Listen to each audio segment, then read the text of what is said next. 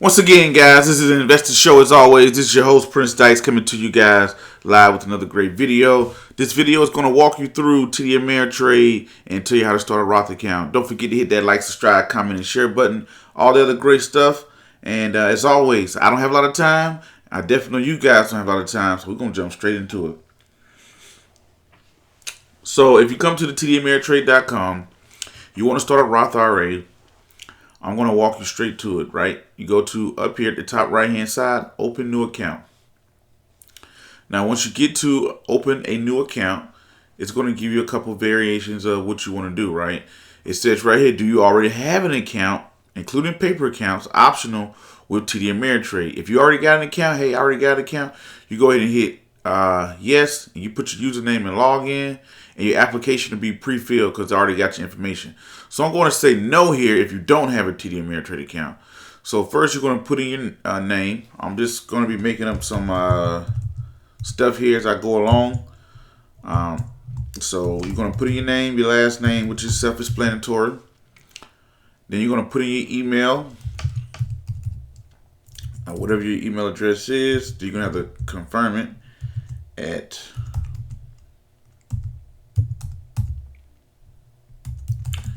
you got to re-enter it here.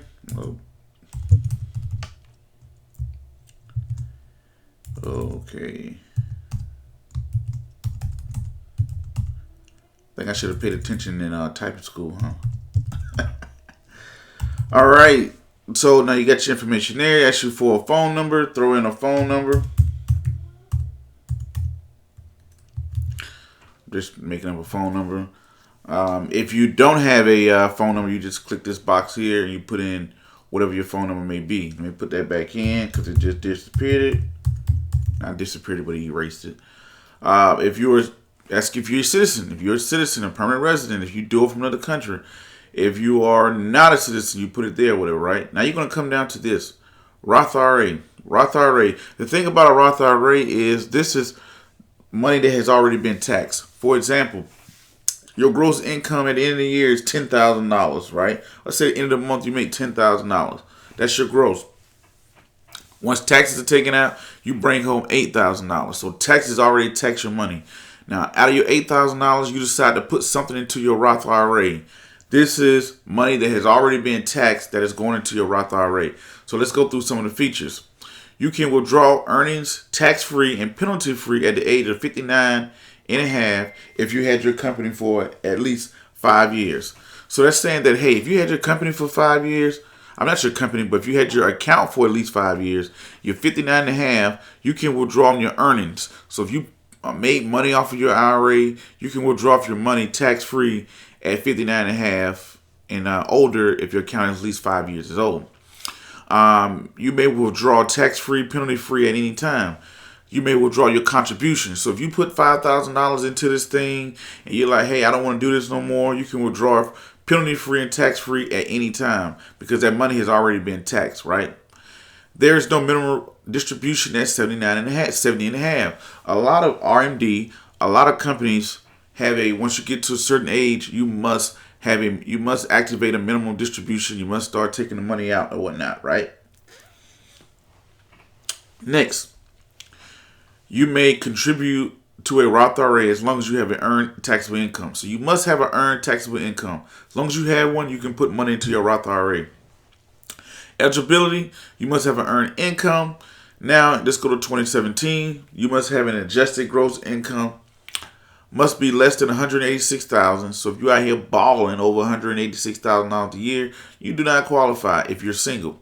For a joint, if you are joint, $186,000. If you're single, if you do over $118,000, then you don't qualify for a Roth IRA. But you can do some other things. I won't get into them right now. You can put into up to $5,500 after-tax income. The thing about it is they try to control how much money you put in because they don't want people just to hide money away and make it tax-free. So you can do up to $5,500 per year. All right. So you just can't dump all your money in here into a Roth IRA. It's other things you can do if you have income. Drop a comment below and we can get in discuss into that. If you're over the age of 50, you can do an additional $1,000. You can go up to $6,500 a year if you're over the age of 50. You can also contribute $5,000 a year of earned income into a separate IRA for a non-income earning spouse. So if your spouse, she doesn't have an income, you can put money into her Roth IRA. So you can put up to $5,500 into yours. You can put $5,500 into your spouse if she doesn't have, or he or she doesn't have a job, or whatever the case may be. Contributions can be withdrawn at any time without tax penalties. All the money you put in, you can take it out without penalty. Your earnings can be withdrawn without tax penalty if you're 59 and a half or whatnot, 5 years old, what we just said earlier. All right, so that's the Roth IRA. At this time, what is your objective activity? If you're not sure, you want to buy, like, hey, I just want to start a Roth IRA. I want to buy some stocks, buy some ETFs, hold on to them, some mutual funds or whatever. You can do that here.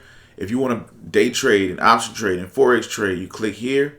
Whatever your objective is. Are you new to investing? That's optional. You don't have to put that in. If you got a promotional code, you drop it here. You got to read the privacy statement. Once you read it, you check this box. You hit the continue button. Now, once you do that, now you're going to go through and you're going to put in your information. I'm just putting in just put in information just for what you call it. Who's mother's maiden name. We're going to put in, I don't know, Jones. Number of dependents. You're going to put in the address. Lover's Lane. I'm just making up some stuff here.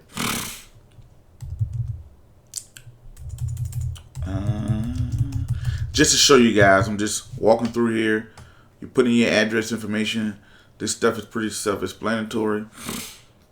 As you walk through, let's put in Hawaii. Let's put in the zip code.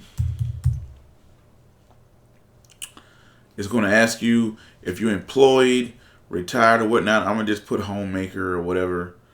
Source of income, I'm going to just say baking.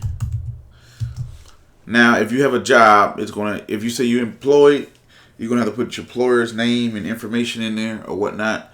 It's going to ask you how much money you make. Let's say you make $50,000 to $100,000. How much is your net worth? Let's say $50,000 to $100,000. How much liquid? Net worth mean if you added up all the money all your assets, your cars and houses and stuff like that, and you subtracted your debt, what would your net worth be? What that number would be?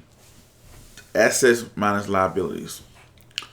Liquid assets mean like how much money do you have that you can go to your savings account and under your pillow or whatever the case may be, or checking account that you can touch pretty fast, that you can liquidate. It's going to ask you a couple personal affiliations. Are you got any strong ties and may know some insider crap, I guess. You hit the continue button. It's going to ask you to review and edit it. You review over it. Once everything is good, you're going to hit continue and continue on. This is the part I'm going to have to leave you off at. You got 2 more sections to fill out. Not to fill out, but just to approve everything. And boom, you're going to get approved for a Roth IRA account. Now you can go and buy and sell stocks, all this other good stuff under your individual retirement account. As always, guys, my name is Prince Dykes. I hope you enjoyed the video. Don't forget to hit that like, subscribe, comment, and share button. Until the next video, you guys already know what to do. Peace, be safe. I'm out. Thanks.